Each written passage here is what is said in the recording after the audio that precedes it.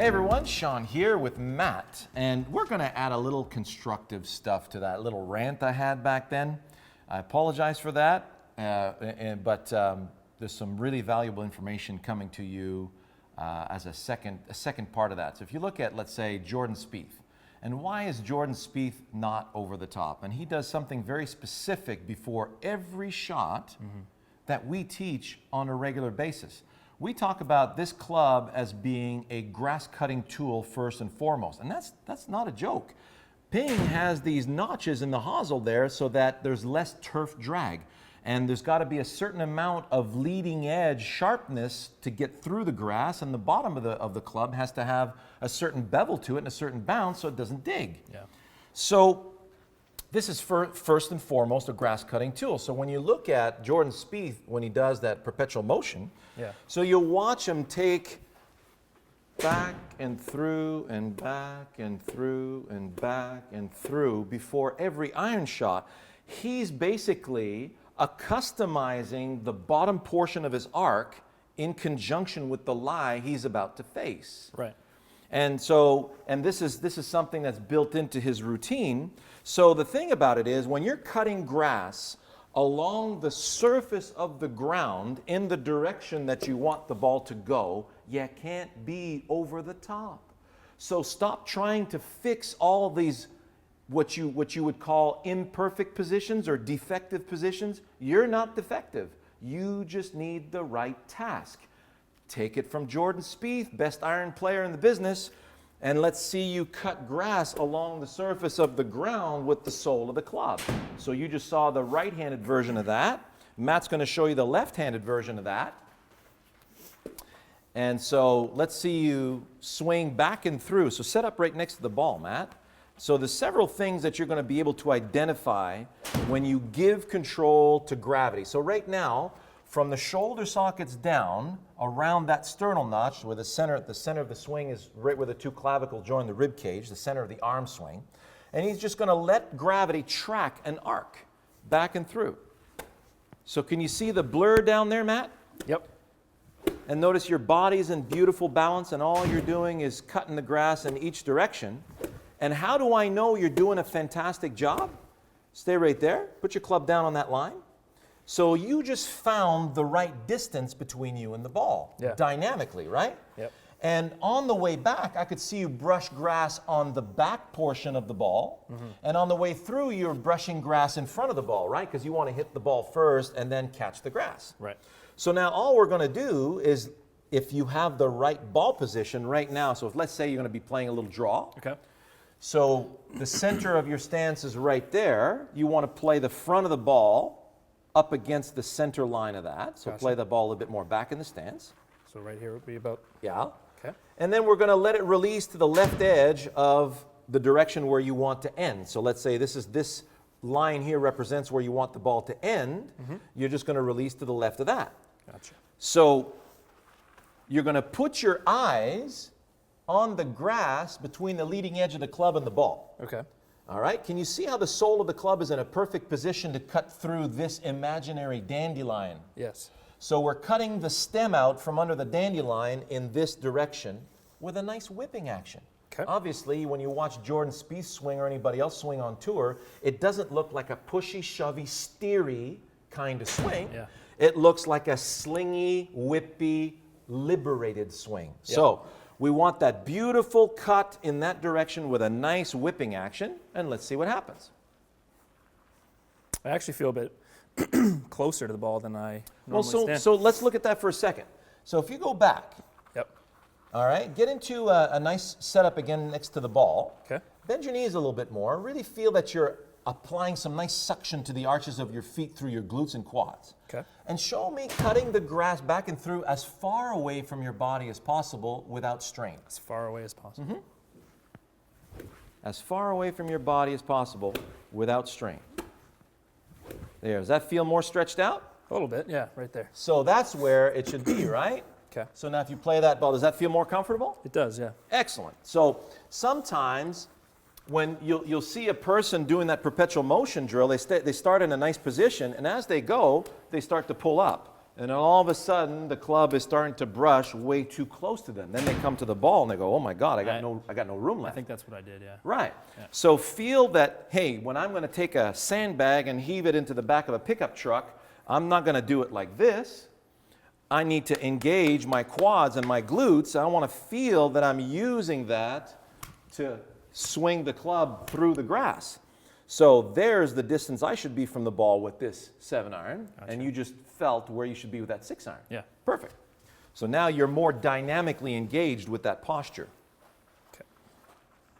So now your focus should be on cutting grass left of that tee with a nice whipping action.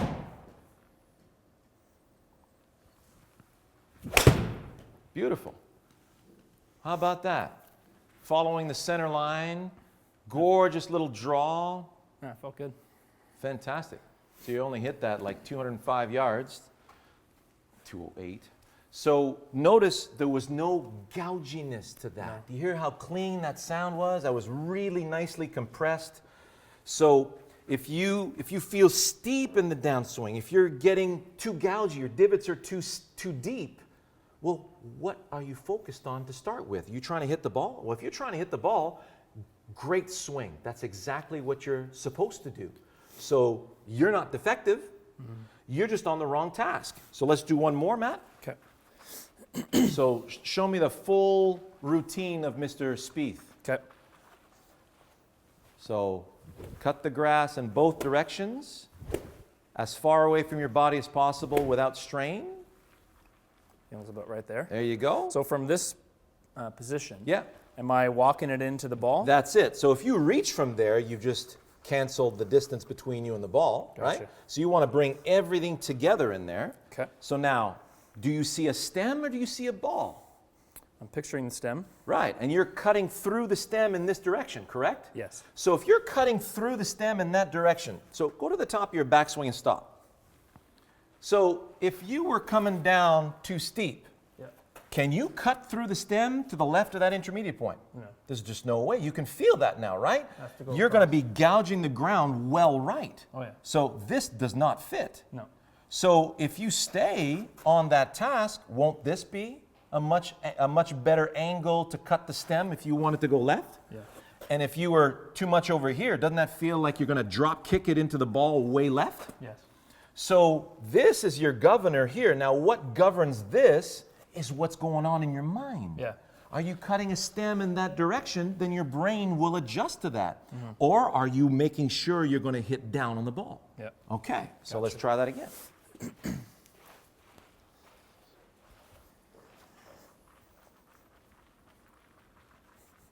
So verbalize your focus. So I'm trying to feel, I was trying to feel a little better posture, like what you said. And now I'm trying to feel that I'm staying a little left of that. Yep. And cutting through the grass past the ball. Beautiful. What feel are you going to use? Hopefully a low strain feel. A low strain whippy feel. Yeah. Good. Fantastic. Well, that felt a little heavy, but it wasn't a bad miss. I didn't hear any heaviness in that. You're basically... Big bounce. Nice. So, I mean, those last two shots you're carrying, carry 184. Yeah, that one it wasn't as good as the previous one. Right. But one question I have, and I think a lot of people have, is video analysis. Yes. For the backswing. Yes. So based on what you just talked about. Very good question. Obviously, there's obviously no place to be looking for positions. But what about the person that, let's say we have the conversation where I feel like this is a good position to whip left of the target, but in reality, maybe my perception is way off. Is there a place to sort of help that person? Exactly. So number one, this fantastic question, and I know many of you are chomping at the bit at this one. So anytime you look at a backswing position from down the line, ask yourself, does it fit the task? What was my task? Well, I'm going to cut through the stem that way. Does that fit doing that? Mm-hmm. If you're not sure whether it fits or not, Goldilocks is your ally. Gotcha. So go ahead and set up to that ball. The task is cut through the stem to the left edge of that intermediate point. Okay. So show me the first 2 feet of your backswing. Perfect. So all of you saw that the takeaway matched the direction of that where you want the ball to go. Yeah. So if you swung from there, that's like a kid in a swing. If I want the kid in a swing to go in that direction, well, right here it can. There it can't. Yeah. There it can't. So from there, you can go that way. Right. Okay, so go back to that takeaway position again. Now go to the top of your backswing. So from there, do you feel you have access to the left edge of that intermediate point? Yes. So wouldn't this feel, this is way left, correct? Oh, yeah. That's way right. Yeah. What feels in between that? What will allow you to go in that direction? So you notice from here, it feels like you can cut through the stem, cut the grass here and there, correct? Yeah, definitely. Okay, go back up in that position. So now, if your arms fall too far behind you, can you cut through the stem that way from there? No. You're going to drop kick into the ground, aren't you? So that will tell you how high you need to be. If you're too high and too in front, doesn't that feel like you're going to cut your toenails off? Definitely, yeah. Right? So where do you feel you need to be in order to cut through the stem that way? Yeah, gotcha. So you see how that relates to the task. Definitely. So the only area that's kind of left up in the air is what about the person, like that, for me, I'm assuming that on camera I'll be in the spot I was looking for. Absolutely. But what about the person that for whatever reason, this feels like they can go ahead and hit that draw, but their perception is just way off and they're here or something, or they're way up here. Right. So oftentimes, like, and you guys are going to see, if you go to our premium channel, we have an amazing premium channel, by the way. I had a student come up from Pittsburgh, drove 6 hours to come up, had a 3-hour session, then drove back 6 hours, okay? And he had been to like 6 different golf schools and went to, these box outlets where they're all technical and they wire you up with all this stuff, right? So I'm trying not to name any names. And he was just ready to quit. He was gone. We had lost him. Yeah. And then he saw a couple of my videos and he says, wow, cut the grass. That seems a lot more simple. Like he was ready for stupid simple, right? And he found it in some of our videos. And he's going, well, that makes a lot of sense.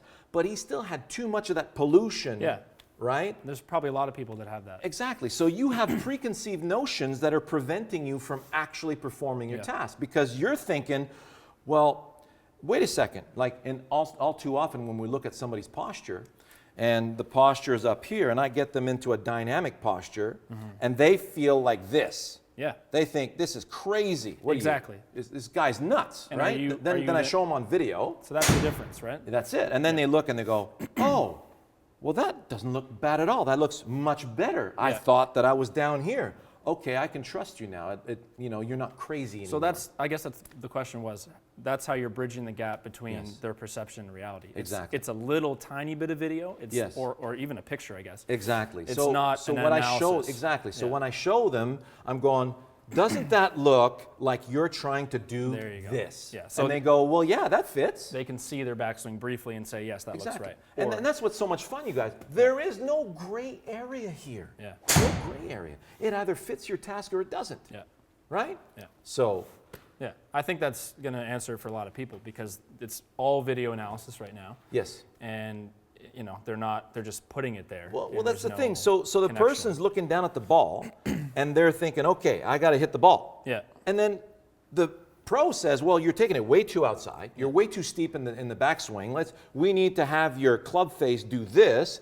And they're trying to make all these adjustments, but the person's still thinking about the ball. Yeah. So absolutely. the person's thinking, well, how is that going to hit the ball? Yeah.